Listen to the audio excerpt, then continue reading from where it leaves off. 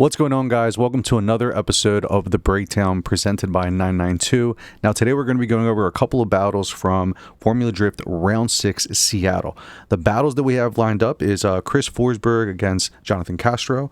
We're also going to be reviewing Ryan Tuerck and Odie when they went on their battles in one more times. And we're also going to be reviewing Adam LZ when he was going against Minowa and those battles that transpired there. So let's get right into it here. All right, so here we have Chris Forsberg going against Jonathan Castro. All right, so Forsberg is in the lead. Castro's in the chase for this half of the battle. Champion going against Jonathan Castro, Dominican's finest. There goes Chris Forsberg in the house energy drink. Nismo Auto. Really good shot here. You can see Forsberg's doing a really good job of filling out the outside zone. You can see Castro cheats the line a little bit there. A really good job in outside zone 1 by, outside zone 2 and 3 by Forsberg. Good inner clip by Forsberg. He's put on a really good lead line for Castro to follow here. Really good. Really good. Forsberg puts down a killer lead run. Gives Castro every opportunity to make sure he stays close. Forsberg did exactly what he needed to do in the lead. Forsberg does a good job through that first part of the outside zone, gets the car back in, and now Castro in the pocket starts to surge ahead a little bit. Yeah, so we can see Castro does get into the pocket. There is a little bit of wavering there, but Chris is just doing an ideal run in the lead, making sure he places the car where he needs to. I mean, so from this advantage, I feel like Forsberg has a pretty big advantage now going into the second half of this battle. The reason for that is because Forsberg is doing a really good lead run. You can see that there is some wavering from Castro in the lead, so that's going to be something that's brought against him. The transitions are timed really good. There's no excessive decel from Forsberg's part. Make sure he places the car well for the inner clip. Transitions really well. Could have been a little bit deeper in outside zone 4, to be honest with you, but overall it was a really good lead run.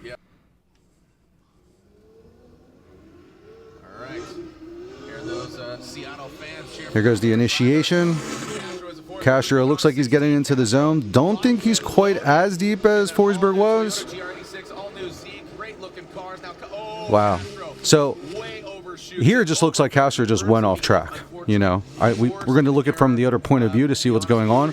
But from that angle, it looks like Castro was just going off track. No doubt about it there. Now, obviously, we as judges have to review everything, what we see. So we're going to see if we can play the review and then kind of break down why the judges ended up going the way they did. That there wasn't some sort of contact that pushed him wide, because they were close. I mean, Chris was pushing real hard, but yeah, on first glance, I'm following the same line. Yeah, no contact, dude. Yeah, no contact. But I mean, look at Castro. All right, so we can see here Castro he's in the zone, but he's not as deep, in my opinion, as Forsberg was in the lead. You can see Forsberg doing a good job of getting into the pocket. All right, now Castro has done a good job of dictating what the line is going to be. Forsberg is doing a really good job of adhering to that line and matching it. Castro is doing a good job of setting the bar for the angle in this run.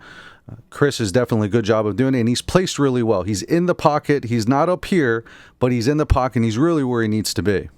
Could have put a bit more angle into it or got a little bit more proximity, but just showing how quick it is. Oh, yeah, there was a bump. So here we see that there is contact from Forsberg, and obviously us as judges, we have to kind of rewatch this, watch the replays, and try to really understand and grasp what's going on here. Take everything in consideration. You know, how fast were they coming in? They're coming off the bank. They're not on a flat surface where some of the hits may have already happened in the past this year. They're coming off the bank, going into outside zone 2. So there's a lot of speed and there's a lot of like off camber, going on there. So there's a little bit of a tap. Forsberg goes on and completes the run. We see a different point of view here. C coming in.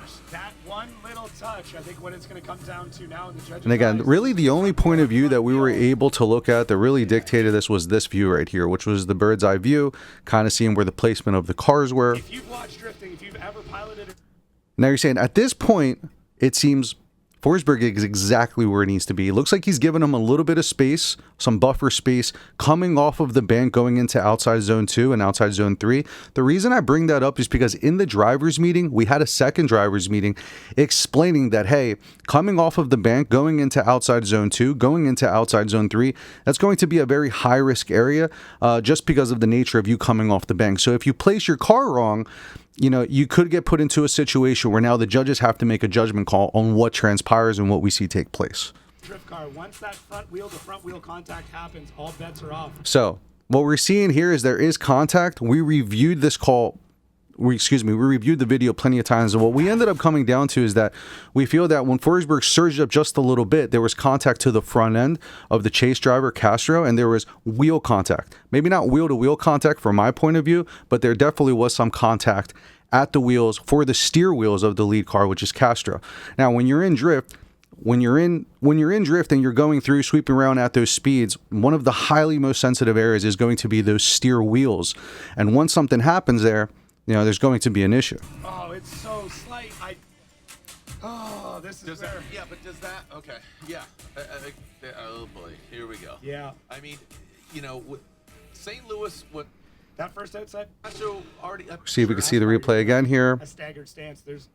That first outside... Contact goes in. Oh, I know. But if he didn't hit him... Angle gets poured on. Now, it isn't a slam, and I'll admit, we didn't look at it like it was a slam by any means. Now, when we go down to where the judgment call is going to be, Coming up here. And there it is, Castro. Castro ends up getting the win here. Now, the reason that Castro ended up getting the win is that we sat there, and just so we can give some clarity on how do we come to a decision when this happens. Physically, we're all next to one another, and we're reviewing the videos that we have in order to make this judgment call. After we review the video, we all independently make a decision on what we think of what we saw. So we reviewed it together. We looked at it as in physically together. We didn't collaborate on decisions because we don't want to have any type of influence. You know what I mean? And we're adults, and I feel like we can totally do that. So we're reviewing the footage. We come back. We independently put in our decision, and it came out that Castro ended up getting the win. The reason we ended up going that way is all the judges felt that, yeah, the hit was enough in order for there to be a reason for Castro to go up in the front end. Had this been, again, in my opinion, had this been a hit that happened closer to the door, closer to the rear, I would have expected Castro to just stay on throttle and just keep on going through. But the fact that it was in a very high-risk area, which was in the front of the car, having front-wheel contact with the lead driver, that's the issue. You know, having that contact going in and having that's really going to disrupt. And you can see in one of the videos that Castro does pour on a lot of angle after the contact happens. Now, I do want to see... Robbie may have looked at it a little bit differently as well, too. Now, he also feels... Robbie thinks that Castro may have been coming in too fast and he was going to go off track. You know, he was one of the judges that agree with that. But he also said there was no way for him to see if that was going to happen due to the hit that happened from Forsberg. So we ended up going with the decision that Castro ended up getting the win here. Now, when we ended up getting information from the data logger, we wanted to see, first off, was Castro coming in way too fast? Because what was explained to us by the opponent was like, hey, he was coming in way too fast. 100% he was going to go off track. So Castro was coming in at 69 miles an hour when this incident happened, right? So I compared that to other ones as well, too. Well, not me. I asked if they can compare that to some of the other drivers. And there was other drivers that were also in that same neighborhood, miles per hour wise. For example, Ryan Tuerck, he came in at 68 miles an hour and was able to complete the turn, get into all the zones, and complete his run. And we also had James Dean that came in at 71 miles an hour, was able to complete the turn, go on and finish his run. Nobody went off track or anything like that at all. So to say that guaranteed Jonathan Castro was going to go off track, it's not so true because we have data now that proves that there were other drivers that were in that neighborhood. And I guess it would have been different if Castro would have been coming in at 80 miles an hour or something like that. You know what I mean? Then I could understand where that was coming from. But we made a judgment call based off what we saw, and we didn't play that was a factor. Also, looking at that data shows that Castro wasn't slowing down in an area that it shouldn't have to cause the hit. So that kind of just erases that. Now, when it comes to the contact, at the point of contact, the information from the data logger shows that when that incident happened, there was over a half G spike at the point of contact at the front wheel. So we as judges prior to even knowing this information, we felt like it was substantial enough for there to be an effect to the front wheel since it's a high sensitive area. When we looked at the data shows that there was over a half G spike at the point of contact. So that coming in at roughly 69, 70 miles an hour, having that contact coming off the hill, the judges felt like it was best to go with Castro getting the win in that situation. Obviously, we don't have this information available to us when we made this call. This was all made based off what we see on the camera there, but we wanted to provide this information to you guys so you guys can, hear it and make your own decision based off of the information that we're giving you. So Castro ends up getting the win on this one. It was a really tough call, but as with anything, I've always said that this is a judge sport. There is 3 judges. Not everybody's going to like the calls. But that's just what it is. Sometimes it goes your way, sometimes it doesn't. And as we always say, try not to put the judges in a situation where now we have to place judgment over a situation, which is exactly what this was. Now, going on to the next battle, we have Odie against Ryan Tuerck. Now, this was a lot. They battled for a good bit here. So let's get right into the battle and see how it kind of unfolds. All right, so the next batch of battles that we're going to be reviewing is Odie Bachis and Ryan Tuerck. Now, these guys battled 3 times in Seattle. On the first battle, they ended up going one more time. And then we're going into the second battle, the first one more time, and then we're going to review the second one more time. This is where things got a little hairy. There's a little bit of rubbing and a little bit of collision going on as well, too. So we just want to clarify how we all saw that, and then ultimately how we came with the decision with Ryan getting a win after the second one more time. All right, so this is Odie Bachis, Ryan Tuerck, the first one more time battle. And again, Jeff Jones, Odie Bachis, Ryan Tuerck is a one more time battle. Quickly, Odie Bachis swings that thing around, swing that thing into that first outside zone. Odie Bachis. You can see Odie gets into the zone. Now, I just want to note a lot of people are maybe going to point that we have Odie Bachis who's on the left foot brake, but it is not making contact with the asphalt, and it isn't really changing the dynamic of his car. So had that been an issue where the car was slowing down because of this left foot brake, that would be something that, would definitely stand out and we'd be holding it against him. But you can see he's using this to position his car. He's not changing the dynamic of the vehicle. So all things is fair play there. This is something that the drivers talked about before, and they all together allowed that there was going to be a need for left foot braking.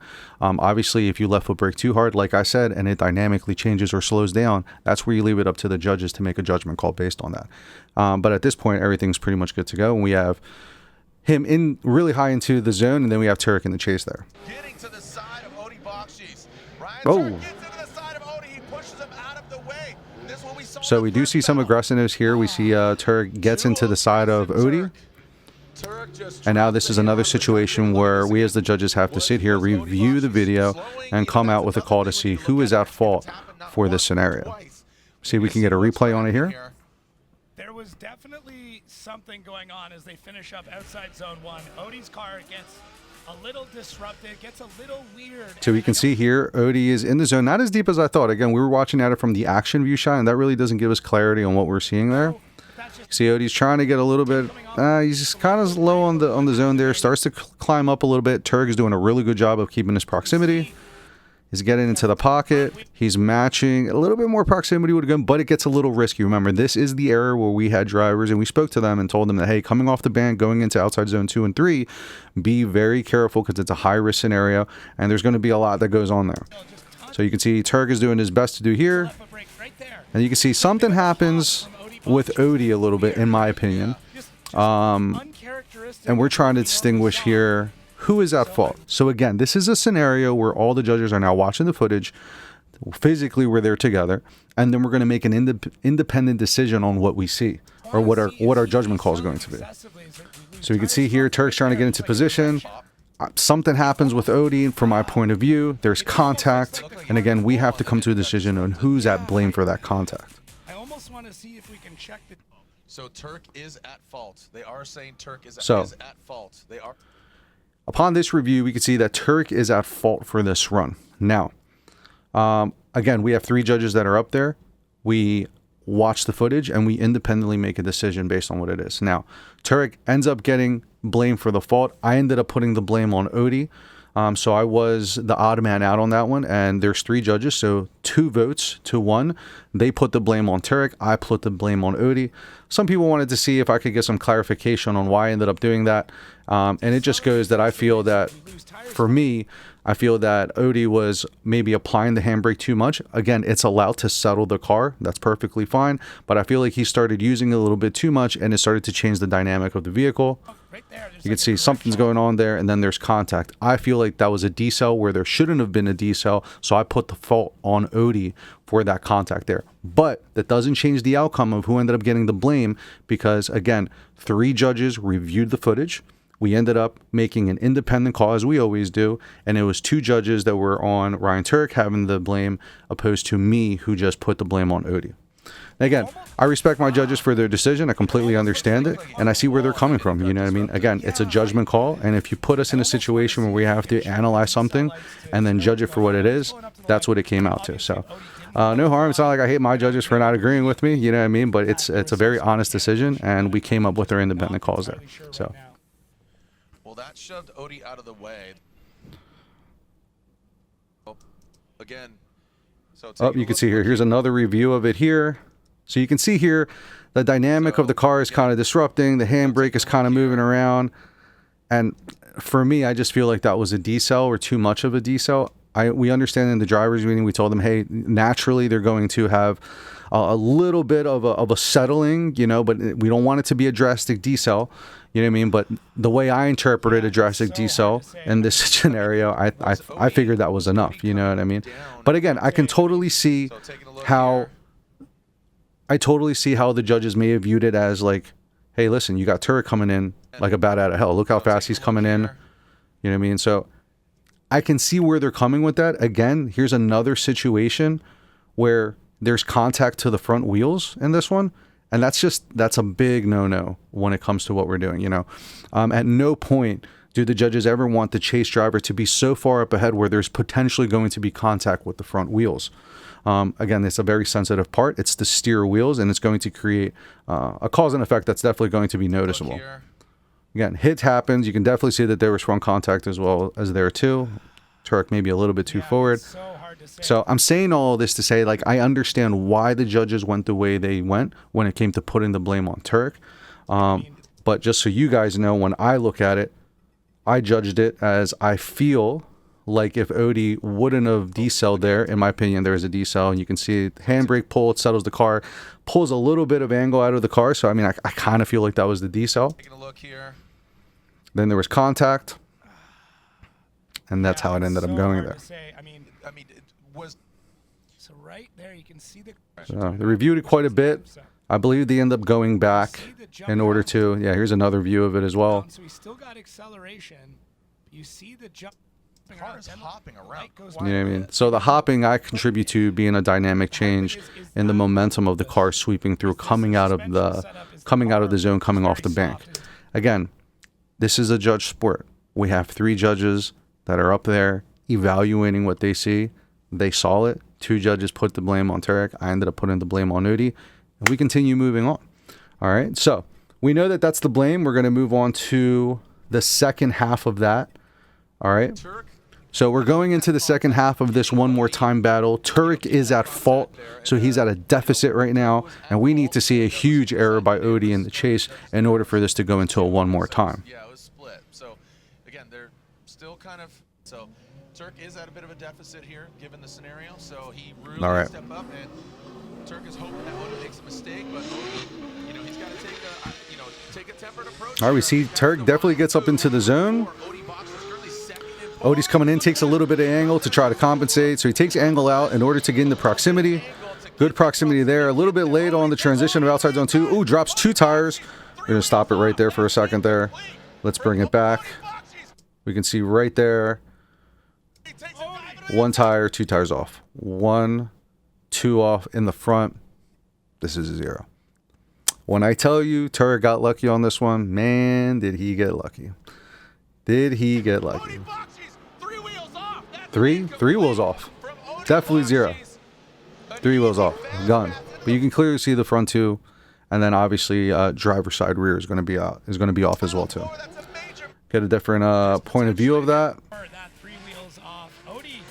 You see Tuerck doing a good job. You can see Odie's compensating a little bit, taking some angle out to gain proximity. The reason I say that is because when you take angle out, it allows your car to accelerate and gain more speed in that scenario. So he's decided to trade angle for proximity, and he lunges for it, and then he tries to get back into that line and achieve all three, the line, angle, and the proximity there. You can see he gets a little bit lost in the sauce, it seems like, in the smoke, and I think that makes him time this transition incorrectly. When he goes for the transition, you can see that he's way off, 3 tires off there. 1, 2, 3. I mean, that's all she wrote with that one, man. There's really nothing you can say about that. All right, so we're gonna go through. You're feeling it. So slide him left for Odie, right for Tuerck, and so all 3 judges, we feel that that's going to go one more time. Again, things may have been a little bit different if the blame would have been interpreted different, but again, this is a judge sport, and we have to accept what the majority rules on this, you know what I mean? So, one more time, goes again one more time, and this is the second one more time battle here. They've been battled, they've been bruised. Yeah, it was really weird to see. And we're going to see here we go. Odie Bakshi's Ryan Tuerck. This battle continue here. All right, so Odie takes the lead on this one, gets right into, it seems like he's in the zone. No, it seems like he's a little low. Tuerck's doing a good job of keeping proximity. It looks like he's pretty smooth. Looks like he's giving him a little bit of space coming off the bank. Smart move. Allows him to transition. Starts to dive in. Odie's doing a good job in the lead, just keeping it consistent. Transition happens. Tuerck gets right into the pocket. All right, so Odie definitely left him space in outside zone 4, and then Tuerck goes right into that pocket right where it needs to be. No problem, no big deal. NBD for Odie. Yeah, so whatever, if there was an issue, they got it sorted, but...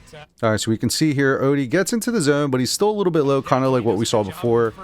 Tuerck, now that the line has been established, the angle has been established, he's matching that, right? So he's able to get right into the pocket. He is a little bit low, but that's also because Odie's low on the bank. So we can't fault Tuerck because Odie is the one that set the bar for this run right now. Looks like he gets a little bit deeper. Tuerck does a really good job of adapting. Tuerck is giving him space now. Remember, this is their 3rd battle. So Tuerck is definitely giving a little bit of space and just waiting and playing it safe here, which at times this is what you got to do. He does surge up a little bit, so that's definitely something that's going to go against him a little bit there. But it's also, you know, Odie does step back a little bit, so, you know, we can see that.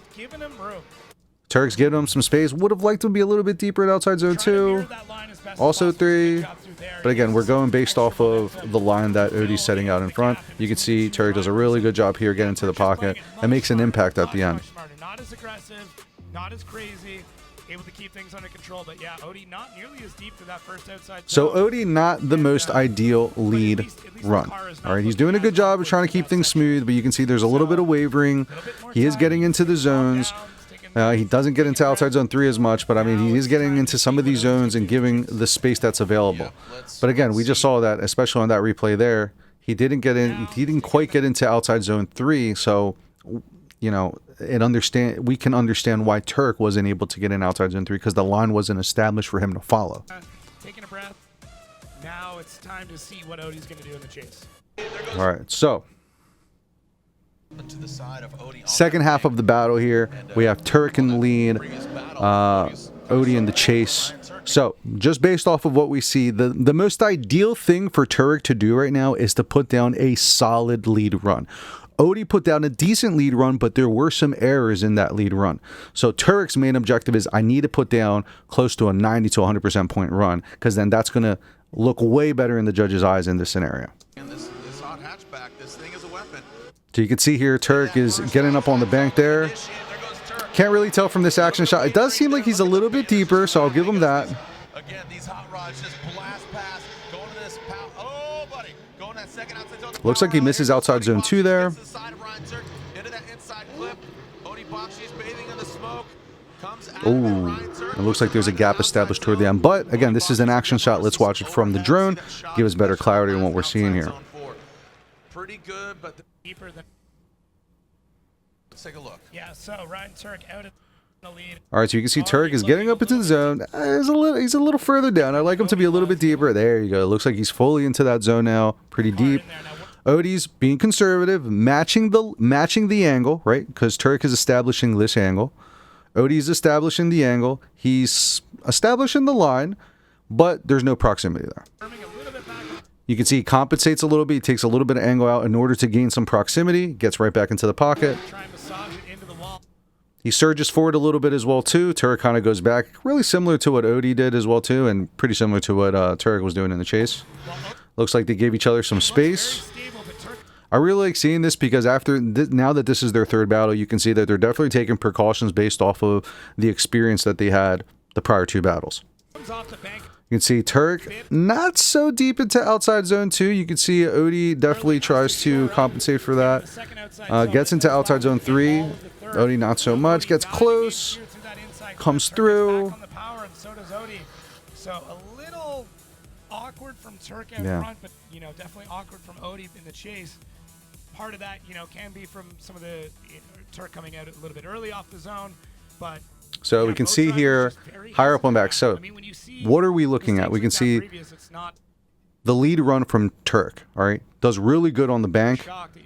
Gets into outside zone 2 like on the limit, so that's definitely something held against him. Going into outside zone 3, Odie cuts the line a little bit there. Car comes around.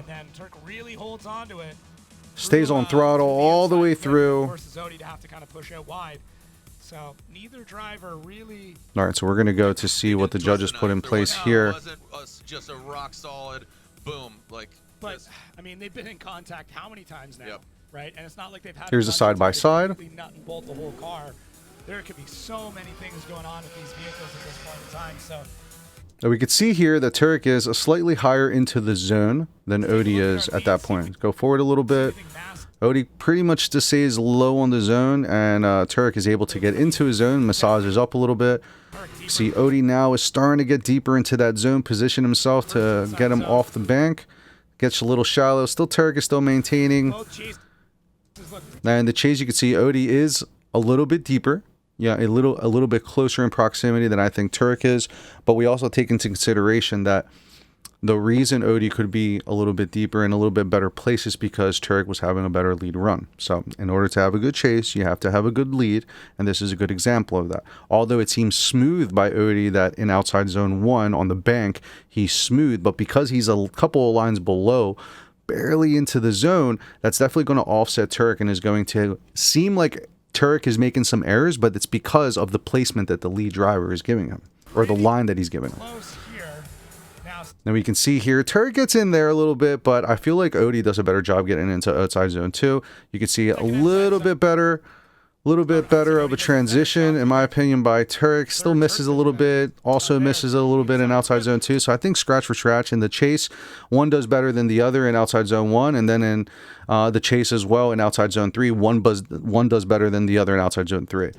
All right, and the deciding moment here is definitely going to be that Tuerck is really close by the end of outside zone 4, keeping the proximity right in the pocket where it needs to be. Through the last section, so man, really tough to say. It was definitely a tight one. For Ryan Tuerck, definitely a tight battle, close one for sure. We can see here where the judges ended up going. Robbie ended up going with Tuerck, so did Brian, and I ended up going with Tuerck as well too. Basically for me, I kind of canceled their errors out when it came to outside zone 2 and outside zone 3, but Tuerck had a better outside zone 1 on the bank, in my opinion, than Odie did, and he had a better outside zone 4 when it came to the chasing. So he definitely edged them out when it came to that. When it goes to the judges as well, too, we can see that the other judges, gave it to Tuerck because there was a better bank in the lead, and in the chase position, both drivers made mistakes after the bank here and there. So they definitely saw that there were some errors that were going on in the chase by both drivers, but it seems like Ryan Tuerck edges them out with the bank, and in my opinion, in outside zone 4, when he was chasing them, he was able to get better proximity and place his car better into the pocket.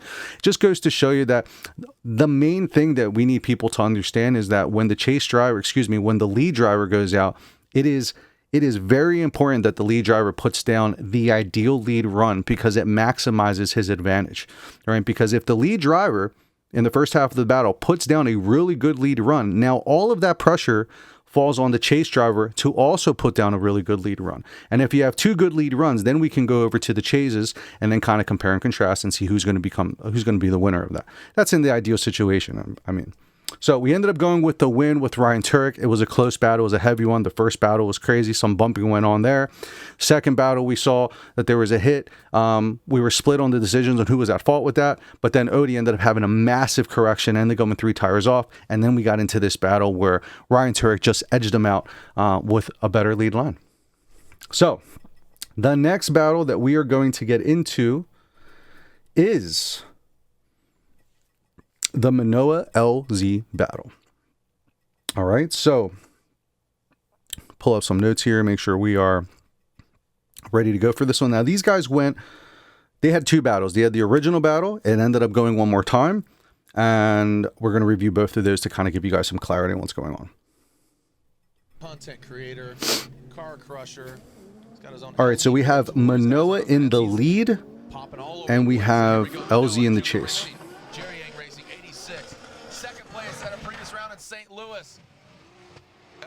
All right, so we can see Minowa into the lead. You can see Adam is definitely trying to massage his way into the pocket there. Good outside zone 1. Excuse me, good outside zone 1 going into outside zone 2. Good transition to outside zone 3. Gets into the inner clip. Transition. Gets into the zone. Adam right behind them. Putting up a good chase.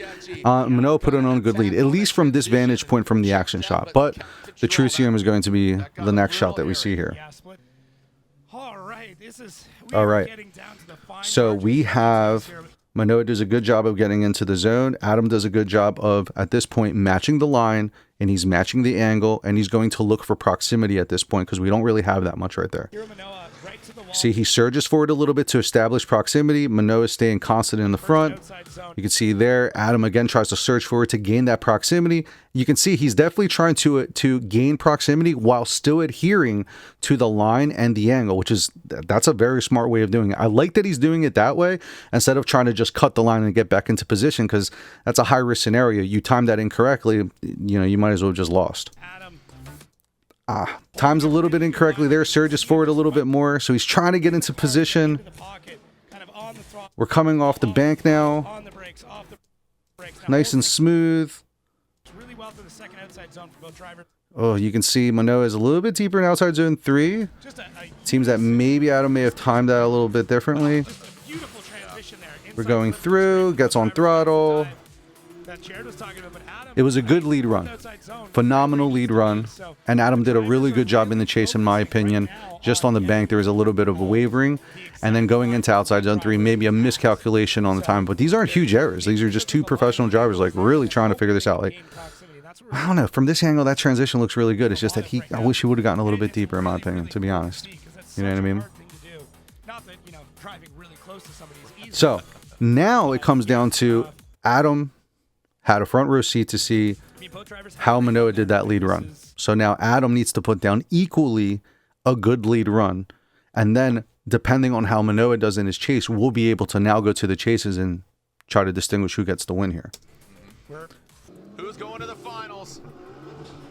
Look at Adam just ripping. All right, so Adam initiates. You see a little bit of waver getting into the pocket there.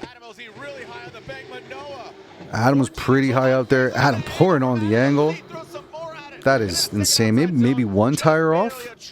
Transition there. Good lead run. I will say that this run looks very stylish. Whoa! Gets into the side a little bit there. Adam, true champ. Adam stays in the throttle. I like that.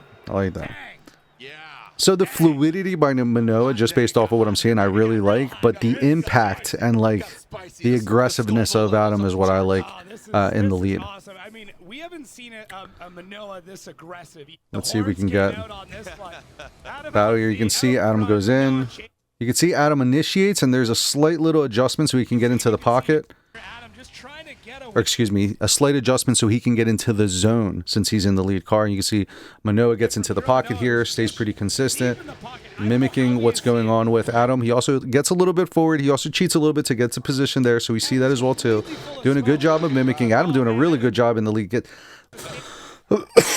really deep into outside zone 2. Could have been 1 tire off. Transition comes in. Gets into the inner clip. copacetic in that transition. First A little tap right there. Overly aggressive. Again, now the tap was cool, and I understand that, but again, it's risky when you do things like that, because had that gone a different way, or there would have been an error there or something, like, then the judgment, we would have had to sit there and review the call, review the hit. But in this case, Adam just stayed on throttle go. Again, this wasn't coming off the bank or anything. This was a different surface leveling scenario, but just kind of giving you a little bit of context there. 14-year-old just trying to see what we. So here's a side-by-side of this first battle. All right, let's see what we can find with this run. I mean, So it seems like the proximity is definitely there by Minowa. I can see that. Outside zone 1 looks good, but Adam getting in tighter through the second half, filling all of the second. Yeah, gets the zones there. Third outside zone as we come through there, man. This is Yeah, it's a tight one, man. As well, a little bit of love tap there. That hit from Hero Minowa, I mean, man. Really tough battle. Why not judge? Now let's go in to see what the judgment call is made here. One more time, they're going And I went one more time as well too. It was a really close battle. You can see errors from both of the drivers. And me and Brian ended up going with the one more time in that. As for Robbie, he gave it to Minowa because he was more stable in the chase with more proximity overall. So here's another scenario where, again, there's 3 judges. Robbie saw it one way. Me and Brian saw it a different way. I think there was enough errors for us to justify seeing these guys go at it and duke it out again as Brian. And Robbie feels that Minowa just edged him out with a better stable chase and more proximity overall. So again, I completely see where Robbie's coming from his point of view, seeing what we saw there. But again, 3 judges. We all have to come up with our independent decision, and that's what we came up with. So that wasn't unanimous. It was 2 against 1. And we go again one more time. So, going into the one more time battle, we have Minowa in the lead again and LZ in the chase. So let's see how this unfolds. Minowa currently sits in 4th. Yeah, and with LZ in 7th. 7. So here we go. Minowa out front at Juku Racing. That Jerry Yang Racing 86. Oh, LZ takes a little bit. And we can see here some wavering going on by LZ.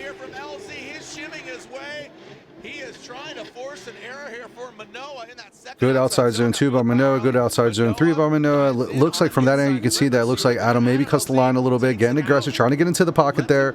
Adam doing what he needs to do. He's trying to just put pressure on him to see if he can get this kid to shake or waver even a little bit. So that's a good clean battle there. Good clean battle. Good job by Adam. Take it a little bit safe. No, Adam LZ, Hero Minowa. No, we got to go harder. Yeah, Minowa said... See, we get a replay there. This was nuts once again. All right, the initiation comes in. You can see Minowa gets into outside zone 1. It's definitely high up against the wall. You can see Adam is definitely trying to shimmy his way through. Seems like the car might be gripping up. You know, so he's doing a good job. Adam's doing a good job of compensating. So he's like, let me take some angle out, surge forward, and try to get back into the pocket. But you can see every time he does that, Minowa just seems to pull away a little bit. And Adam's doing his best job. Again, he's doing a fantastic job of trying to adhere to the line and adhere to the angle while obtaining proximity.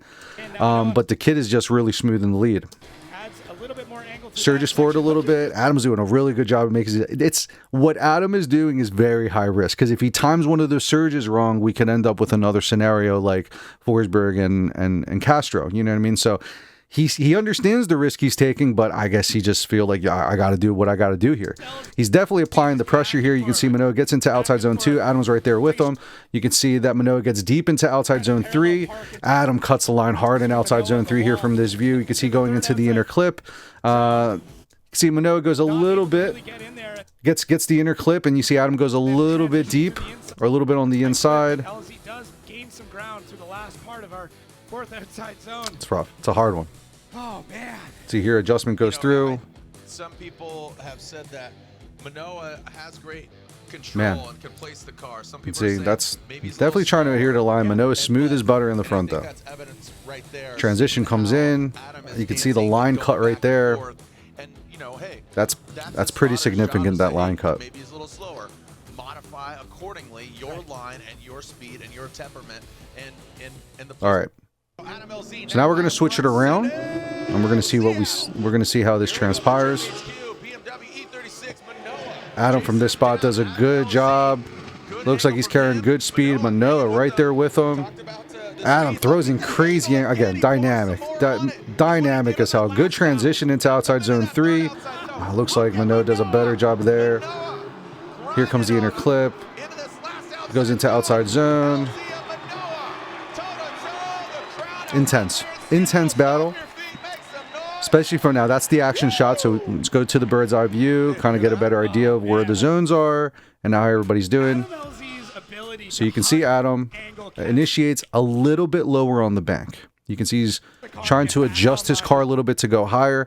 Now, when we flipped it around the other way, Minowa is definitely higher up on the bank where we would want him to be. Adam's doing a good job of trying to get up there. Minowa actually starts getting a little bit deeper on the back, keeping the fluidity. There isn't any wavering going on. It cheats a little bit there. Adam definitely pours on the angle there, which is tight. It looks really good. I like that he poured on the angle without there being a huge dynamic change. Really good. Just it looks committed. Looks committed the whole way through. I do wish Minowa had a little bit more angle. So he misses outside zone 2 in the chase. I do see that. Transition comes in. Gets outside zone 3. Gets really close there. Good transition. Places right into the pocket again. And then we do see... I viewed it as 2 tires off from LZ, these two. I don't know if that front tire indeed went off. You know what I mean? Because it's after the finish line. So at least from my point of view, I didn't view it as a 2 tire off. I think maybe some of the other judges also viewed it that way. But that's a big error there. Even though it's toward the end, it is a big error.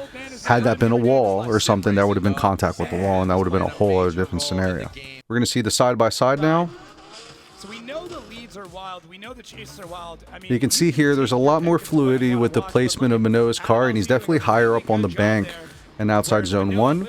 Adam's doing a good job of trying to massage his way in there. All right, so you can see Minowa in outside zone 1 gets into Minowa gets into outside zone 2. Adam does a good job of getting in there as well. The transition comes in. You can see the line cut by Adam here, and then they go on to finish the course. Little bit on the inside for Adam there, but let's back up a little bit because we also have to see that Minowa had a couple of errors there too. So mainly coming off the bank. All right, so coming off the bank here, we're looking at Minowa now on this side. See, Adam pours on the angle here, gets into outside zone 2. Minowa gets about 25% of it with 1 tire. Transition comes in. He stays better into the pocket than LZ did when he was on his chase. Proximity is nice and close. You can see Minowa does a better job of staying inside. And then ultimately we do see a 2 tire off here from Adam. So what a battle. The results were unanimous with Minowa. So when you take the error, especially based off of the judges here, they also saw that Minowa was just way smoother on the bank. And going into outside zone 3, he didn't cut the line in order to achieve that. And then in outside zone 4, when LZ was in the chase, there were 2 tires. So unfortunately, I think it may have been a tighter battle, right? Had there not been 2 tires off by Adam in the lead, and if there would have been more fluidity on the chase, I think there could have been a possibility for one more time in that scenario. But the fact that there was a lot of adjustments in the chase by Adam on the bank, and we see some errors on the 2 zones, outside zone 2 and outside zone 3, but then the biggest one is when he drops 2 tires off, at least from my point of view, 2 tires off in the lead going right before he ends the track, which is just really unfortunate. Now, we've established that all all 3 judges ended up going with Minowa gets the win. But in this scenario, it was talked about that, hey, maybe Minowa is slowing down a little bit, or what can we do to get some clarity on what's going on these lead runs? So I was able to pull information from the data logger, and what ended up happening is on the bank, which is where we see the most wavering, and I'll see if I can go back to the bank here so we can see some of this. On the bank, position in the last outside zone. A little bit more angle to that section. Look at just LZ worming. All right, so on the bank, when we're seeing this go down, the questions that have risen is, hey, we think that Minowa might be a little bit slower on the bank than LZ. So when we pull that information, we were able to establish that when Minowa was in the lead and when LZ was in the lead, they were the same miles an hour. They were traveling the same speed.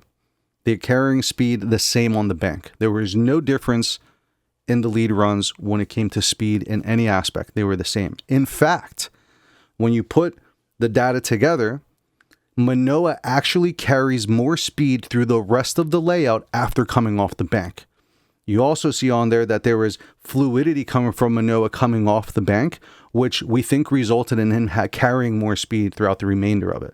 So we understand that a lot of people thought, hey, maybe there's a possibility that, the kid, is coming in, maybe a little timid, maybe not going as fast to get into the zones, but that's not the case. He was deeper in the zone, and he was carrying the same speed as LZ when he was on the bank and ended up carrying more speeds. I'm not saying he was crazy faster than LZ, but he was carrying more speed throughout the rest of the layout. AKA, the kid was able to better manage momentum through the rest of the layout, which is good. You got to, give the kid credit for that, to be honest with you.